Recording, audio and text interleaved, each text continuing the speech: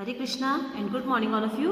Students, this is the second chapter of English grammar which will be asked in the annual examination. Okay, and its name is sentences. ये annual exam में आपसे पूछा जाएगा ये वाला chapter. ठीक है, तो सब बच्चे बहुत ध्यान से पढ़िएगा और समझिएगा कि हम सेंटेंस को कैसे लिखते हैं, कैसे लिखना चाहिए, उसका करेक्ट वे क्या होता है किसी भी सेंटेंस को लिखने का. ठीक है, चलिए सबसे पहले देखते हैं सेंटेंस की डेफिनेशन. हम देखेंगे a sentence is a group of words that makes complete sense. एक सेंटेंस जो होता है वो वर्ड्स का ग्रुप होता है, कई सारे वर्ड्स मिलकर सेंटेंस बनाते हैं. ठीक है, मतलब वो वर्ड्स का एक ग्रुप होता है, group of words. A sentence is a group of words that makes complete sense, जिसका एक कंप्लीट मीनिंग निकलना चाहिए. ठीक है, तो उस एक ग्रुप ऑफ वर्ड्स को ही सेंटेंस बोलते हैं. उस सेंटेंस में प्रॉपर मीनिंग निकलना चाहिए, उसमें वर्ड्स प्रॉपर ऑर्डर में अरेंज होना चाहिए, उसको सेंटेंस बोला जाता है. ठीक है, और सेंटेंस होने में उसमें पंक्चुएशन भी पंक्चुएट होना चाहिए सेंटेंस को, कि कहीं पर जहाँ पर कैपिटल लेटर का यूज़ करना है वो capital letter, punctuation marks use करने हैं, क्वेश्चन मार्क, अगर जो भी है पंक्चुएशन मार्क में कौन कौन से होते हैं, comma, full stop, semi colon, colon, question mark, exclamation mark, ये सारे पंक्चुएशन मार्क्स होते हैं. तो जहाँ पर जिस भी पंक्चुएशन मार्क का यूज़ होना है वो यूज़ करते हुए और सेंटेंस के वर्ड्स को प्रॉपर ऑर्डर में लिखने के बाद ही वो प्रॉपर सेंटेंस कहलाता है. ठीक है, अब हम इसके कुछ देखते हैं. यहाँ पर नीचे और क्या मेंशन किया हुआ है. A sentence begins with a capital letter. कोई भी सेंटेंस हमेशा एक कैपिटल लेटर से शुरू होता है. ठीक है, देखिए, माई पेरेंट्स लव मी, मेरे पेरेंट्स मुझे प्यार करते हैं. Second, the train is late, the का टी कैपिटल है यहाँ पर, और ऐसे यहाँ पर माई का एम कैपिटल है. ओके, एंड एंड में यहाँ पर फुल स्टॉप लगाया हुआ है. ठीक है, क्योंकि एक नॉर्मल स्टेटमेंट है, इसमें कोई भी क्वेश्चन नहीं पूछा जा रहा है. यहाँ पर इन दोनों सेंटेंसेस में ना कोई क्वेश्चन पूछा जा रहा है, ना ही कोई हमको ऐसी एक्सक्लेमेटरी फीलिंग आ रही है कि जैसे एकदम से, जब एक्सक्लेमेशन मार्क कब लगता है सेंटेंस में, कि जब एकदम से हमको अचानक से कोई भी, अचानक से जैसे हमारे सामने एकदम सबको खुशी होती किसी भी चीज़ को देखकर एकदम से. ठीक है, एकदम से किसी चीज़ को सुन के दुख हुआ, या एकदम से किसी चीज़ पर हमको गुस्सा आया, तो ऐसे सेंटेंस जो होते हैं ना उनके एंड में एक्सक्लेमेशन मार्क लगाया जाता है. जैसे मान लीजिए अचानक से आपको पता पड़ा कि किसी को कोई जीत गया है, तो आप कैसे खुश होंगे अंदर से, wow he has won the match, या ही हैज़ वॉन, जो भी चीज़ वो जीता है, तो एकदम से हमको ये एकदम से हमारे अंदर से खुशी की फीलिंग आई. तो वो सेंटेंस जब हम लिखते हैं ना तो उनके एंड में एक्सक्लेमेशन मार्क लगाया जाता है. ठीक है, अब सेकंड देखेंगे point. A sentence ends with a full stop और अ क्वेश्चन मार्क. एक सेंटेंस या तो फुल स्टॉप पर एंड होता है या क्वेश्चन मार्क पर एंड होता है. ठीक है, अब फुल स्टॉप कब आता है, जब कोई भी एक नॉर्मल स्टेटमेंट हो जिसमें हमको ऐसे नहीं लगे कि कोई क्वेश्चन पूछा जा रहा है या एक्सक्लेमेशन, कोई भी अचानक से एकदम से सडन फीलिंग आ रही है, तो उन सेंटेंसेस के एंड में फुल स्टॉप लगाया जाता है. जैसे निधि बॉट अ न्यू ड्रेस, निधि ने एक न्यू ड्रेस खरीदी. एक नॉर्मल सेंटेंस है, इसमें हमको कुछ भी नहीं लग रहा कि कोई क्वेश्चन पूछा जा रहा है या हमको कोई आश्चर्य, दुख, गुस्सा कुछ आ रहा हो उसको पढ़ के, कुछ भी नहीं है इसमें. ये एक नॉर्मल स्टेटमेंट है ये. ठीक है, सेकेंड, अंकित, तो इसलिए इसके एंड में फुल स्टॉप लगा है. सेकेंड सेंटेंस, अंकित फॉरगॉट मेनी वर्ड्स, अंकित बहुत सारे वर्ड्स, फॉरगॉट मीन्स भूल गया. Okay, so this is also normal statement. एक जैसे हम एक नॉर्मली बोलते हैं कोई भी सेंटेंस को, तो वो एक ऐसे नॉर्मली बोलने जाने वाला सेंटेंस है, तो उसके एंड में भी फुल स्टॉप आया है. ठीक है, यहाँ पर फिर अब कुछ और देखेंगे. If a sentence asks a question it ends with a question mark. अगर कोई भी सेंटेंस में अगर क्वेश्चन पूछा जा रहा है तो उसके एंड में क्या आता है, क्वेश्चन मार्क आता है. ओके, यहाँ पर देखेंगे example. Can you speak French, क्या तुम फ्रेंच बोल सकते हो. अब कभी भी स्टूडेंट्स जो क्वेश्चन होते हैं ना वो दो तरह से फॉर्म होते हैं. एक तो WH वर्ड से फॉर्म होते हैं. WH वर्ड कौन से होते हैं, वॉट, हुज, हुम, वेयर, वाई, व्हेन, है ना, और हाउ मेनी, ये भी उसमें आता है. अब जैसे वॉट से क्वेश्चन हो, व्हाट इज योर नेम, तुम्हारा नाम क्या है, where are you going, who are you, ये सारे क्वेश्चन है ना, तो ये WH वर्ड मतलब वेयर, वाई, हुम, ये सब WH से शुरू होते हैं ना. तो एक तो वे होता है WH वर्ड से क्वेश्चन बनाने का, और दूसरा होता है हेल्पिंग वर्ड से क्वेश्चन बनाना. ठीक है, हेल्पिंग वर्ब कौन सी होती है, is, am, are, was, were, can, will, shall, could, should, would, ये सारी हेल्पिंग वर्ब्स कहलाती है. ठीक है। तो जब हेल्पिंग, और एक तो हेल्पिंग वर्ब होती है, दूसरी मेन वर्ब। अभी आप इसमें डिफरेंस भी समझ लीजिए। मेन वर्ब क्या होती है, जिनसे एक्शन पता चलता है कि एक्शन क्या हो रहा है। जिन वर्ड से हमको एक्शन का पता चलता है वो मेन वर्ब्स कहलाते हैं। जैसे अब इस सेंटेंस में स्पीक, स्पीक एक्शन वर्ड है, इसमें मेन वर्ब है इसमें, ठीक है। तो मेन वर्ब से क्वेश्चन कभी नहीं फॉर्म होता है, क्वेश्चन हमेशा फॉर्म होता है हेल्पिंग वर्ब से। हेल्पिंग वर्ब से एक्शन शो नहीं होता। अब कैन से हमको कोई एक्शन शो नहीं हो रहा है। कैन मतलब होता है सकना, मैं ये काम कर सकता हूँ, I can do this. Can मतलब होता है सकना, तो इससे कोई एक्शन शो नहीं हो रहा है कि क्या काम किया जा रहा है। ये सिर्फ मेन वर्ब को हेल्प करता है उस सेंटेंस को कंप्लीट आंसर देने के लिए, ठीक है, कंप्लीट मीनिंग देने के लिए, ठीक है। तो इस तरह से जब हेल्पिंग वर्ब से जब पहले आती है किसी भी सेंटेंस में, तो वो एक क्वेश्चन बन जाता है। जैसे can you speak French, question बन गया, ये इंट्रोगेटिव सेंटेंस बन गया। सो इसके एंड में इंट्रोगेटिव मार्क आएगा। Second, where do you live, तुम कहाँ रहते हो, ये देखिए WH वर्ड से क्वेश्चन बनाया यहाँ पर, तो इसके एंड में भी क्वेश्चन मार्क आया है यहाँ पर। ओके, अब हम यहाँ पर कुछ एग्जाम्पल देखेंगे। Look, read and understand. चीता फास्टेस्ट द एनिमल इज। अब इस सेंटेंस में वर्ड्स प्रॉपर ऑर्डर में नहीं है, ठीक है। अब क्या होता है, कभी भी हम सेंटेंस लिखते हैं ना, तो उसमें सबसे पहले सब्जेक्ट आता है, उसके बाद वर्ब आती है और उसके बाद ऑब्जेक्ट आता है। या सेंटेंस का जो रेस्ट पार्ट होता है उसको लिखा जाता है, ठीक है। पर रेस्ट पार्ट भी प्रॉपर ऑर्डर में होना चाहिए। अब हम इस वाले सेंटेंस का करेक्ट फॉर्मेशन यहाँ पर देखेंगे। देखिए, जैसे चीता इज द फास्टेस्ट एनिमल, यहाँ पर चीता सब्जेक्ट हो गया। सब्जेक्ट क्या होता है, सेंटेंस में जिसके बारे में बात बोली जा रही है वो सब्जेक्ट कहलाता है, ठीक है। तो किसके बारे में बात बोली जा रही है, चीता के बारे में, तो चीता इसमें सब्जेक्ट हो गया। तो किसी भी सेंटेंस में सब्जेक्ट सबसे पहले आता है। सब्जेक्ट के बाद आती है हेल्पिंग वर्ब, हेल्पिंग वर्ब के बाद आती है, अगर मेन वर्ब है तो मेन वर्ब आती है। तो इस सेंटेंस में मेन वर्ब नहीं है, इसमें सिर्फ चीता इज एक हेल्पिंग वर्ब है, द फास्टेस्ट एनिमल। अब यहाँ पर हम चीता इज एनिमल द फास्टेस्ट ऐसे नहीं लिखेंगे, क्योंकि ऑब्जेक्ट सबसे एंड में आता है, ठीक है। ऑब्जेक्ट जो होता है सेंटेंस में subject, verb and then object आता है।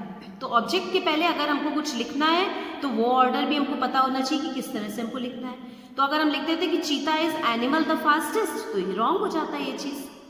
करेक्ट फॉर्मेशन क्या है, चीता इज द फास्टेस्ट एनिमल, चीता सबसे तेज दौड़ने वाला जानवर है। तो ये इस सेंटेंस का करेक्ट वे में सेंटेंस लिखा गया है, ये करेक्ट वर्ड्स को प्रॉपर ऑर्डर में अरेंज किया गया है, इसलिए ये एक सेंटेंस है। और ये सेंटेंस नहीं है क्योंकि इसमें वर्ड्स प्रॉपर ऑर्डर में अरेंज नहीं है, ठीक है। सेकंड देखेंगे, the largest Russia country in the world is.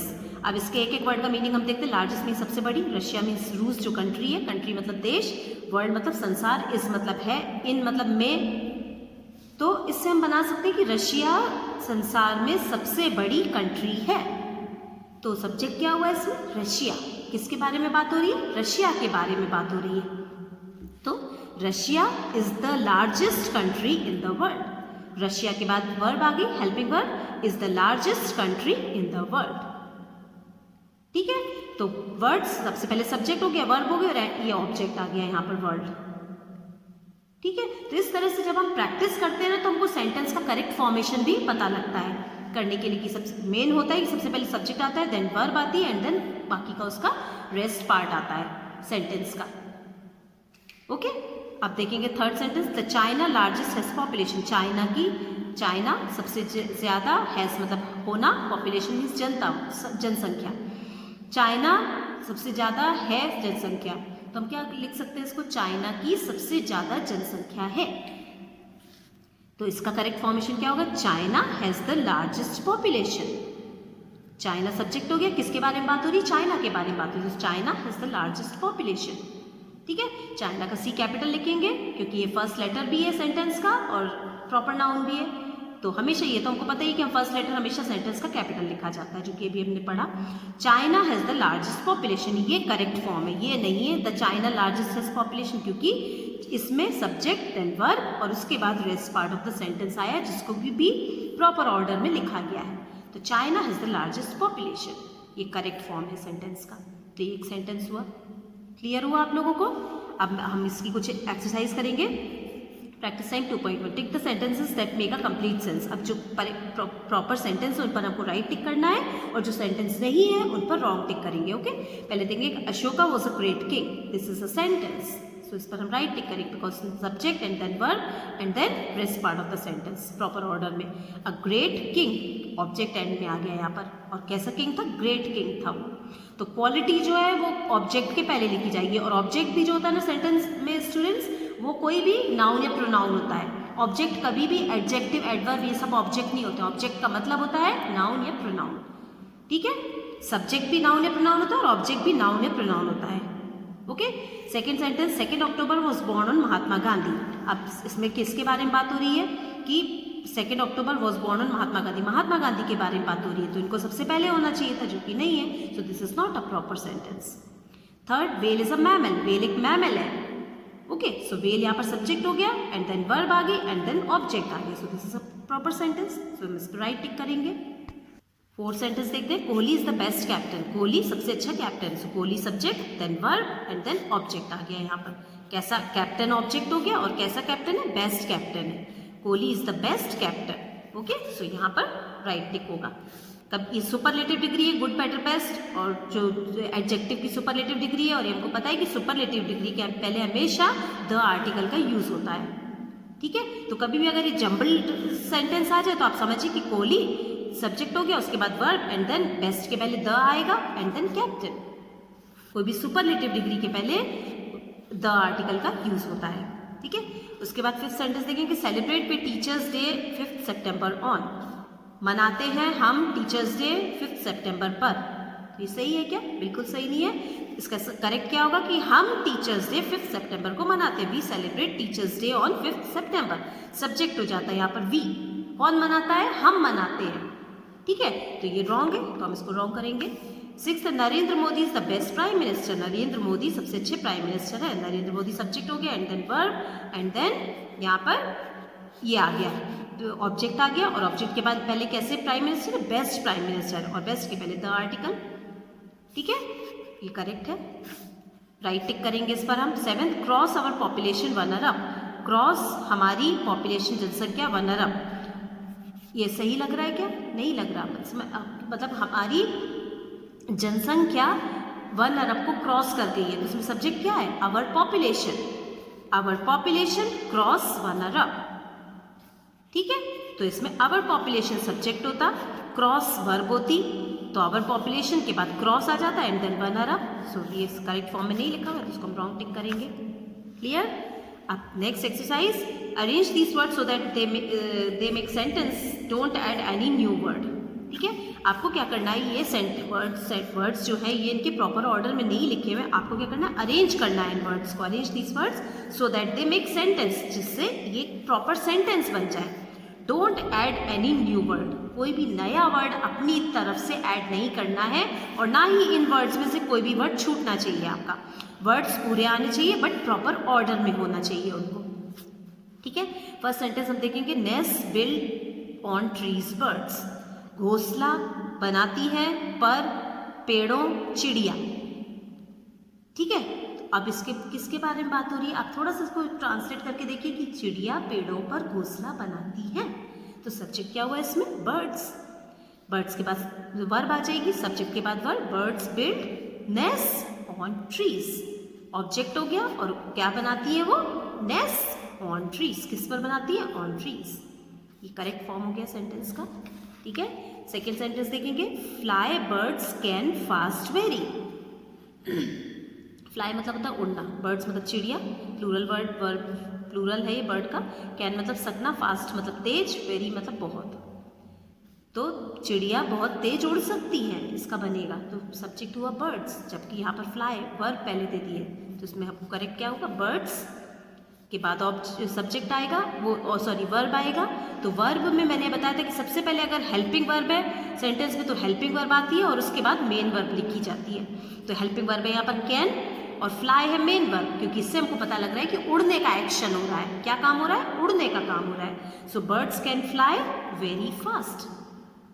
अब यहाँ पर जो वेरी फास्ट है ना, ये ऑब्जेक्ट नहीं है, ठीक है, ये एडवर्ब है और ये एक एडजेक्टिव है, ठीक है। तो ये आप जरूरी नहीं कि सेंटेंस में कोई भी ऑब्जेक्ट आए एंड में, वहाँ दूसरा ये भी इस तरह से भी हो सकता है, तो आपको ये भी करेक्ट फॉर्म में लिखना पड़ेगा। Birds can fly very fast. जब आप प्रैक्टिस करेंगे ना तो इसकी आपको इजीली आप सेंटेंस को प्रॉपर वे में अरेंज कर पाएंगे, किसी भी जम्बल सेंटेंस को। ठीक है, थर्ड देखेंगे, a breast has the red robin. तो इसका करेक्ट क्या होगा, इसमें सब्जेक्ट क्या है, robin. The robin has a red breast. Robin का एक रेड ब्रेस्ट होता है। सब्जेक्ट देन वर्ब और उसके बाद ऑब्जेक्ट आ गया यहाँ पर। Okay, fourth sentence, in boys are flying park there the kites. तो इसमें सब्जेक्ट क्या हो सकता है कि बॉयज लड़के, आर हैं उड़ा रहे, पार्क उनकी काइट्स। तो बॉयज उनकी काइट्स को पार्क में उड़ा रहे हैं। तो क्या बन सकता है इसका, boys are subject then helping verb then main verb, boys are flying किनकी काइट्स, देयर काइट्स उनकी kites, in the park park में उड़ा रहे हैं। पार्क ऑब्जेक्ट हो गया यहाँ पर। ठीक है, fifth sentence, on days fine blue is the sky. तो इसमें किन डेज पर, ऑन डेज, ऑन दिनों, ऑन मतलब पर, दिनों, फाइन मतलब clear, blue Neela, is the sky. Sky fine days में क्लियर होता है, तो on fine days the sky is blue, blue होता है ना। Fine days means clear days, जहां पर बादल नहीं होते जब। So on fine days the sky is blue, या the sky is blue on fine days, ऐसे भी हम लिख सकते हैं इसको, the sky is blue on fine days. Okay, six, a strong elephant is an animal very. अब देखिए इसमें आपको समझ में आ रहा होगा किसके बारे में बात हो रही है, एलिफेंट के बारे में। सो एन एलिफेंट, एन आर्टिकल इसके पहले आएगा क्योंकि ई एक वॉवल है, वॉवल से जो भी वर्ड शुरू होता है उसके पहले एन आर्टिकल आता है। So an elephant is a very strong animal. ठीक है, तो इस तरह से हमने, ये जम्बल सेंटेंस है और इसको हमने प्रॉपर सेंटेंस बनाया। हमको अपनी तरफ से कोई भी वर्ड ऐड नहीं करना है और ना ही हमने ये जो वर्ड्स दिए इनमें से कोई भी वर्ड को छोड़ा है, छोड़ना भी नहीं है इनमें से कोई भी वर्ड को। ठीक है स्टूडेंट्स, तो ये वाला चैप्टर आपका एग्जाम में आने वाला है। अब इस चैप्टर से रिलेटेड जो भी क्वेश्चन आपको एनुअल एग्जाम सिलेबस में दिया गया है, आपको उसको सॉल्व करना है अच्छे से समझकर, जिससे आप एग्जाम में उस क्वेश्चन को इजीली सॉल्व कर पाए। उसकी कई बार प्रैक्टिस करिएगा। कोई भी, जितने भी वीडियो आ रहे हैं ना आपके पास में, किसी भी चीज़ की आप कई बार प्रैक्टिस करिए, आपको अच्छे से सब चीज़ें याद हो जाएगी। Okay, so that's all for today. Thank you all of you, take care.